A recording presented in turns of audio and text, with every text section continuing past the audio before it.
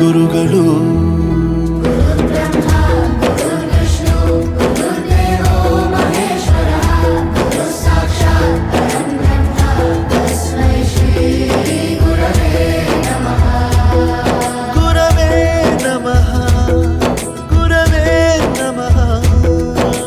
ಬಳಪ ಹಿಡಿದ ಭಗವಂತ ಇರುತ್ತಾನೆ ನಮ ಸುತ್ತ, ಅವತಾರ ನಾನಾ ರೂಪವೋ.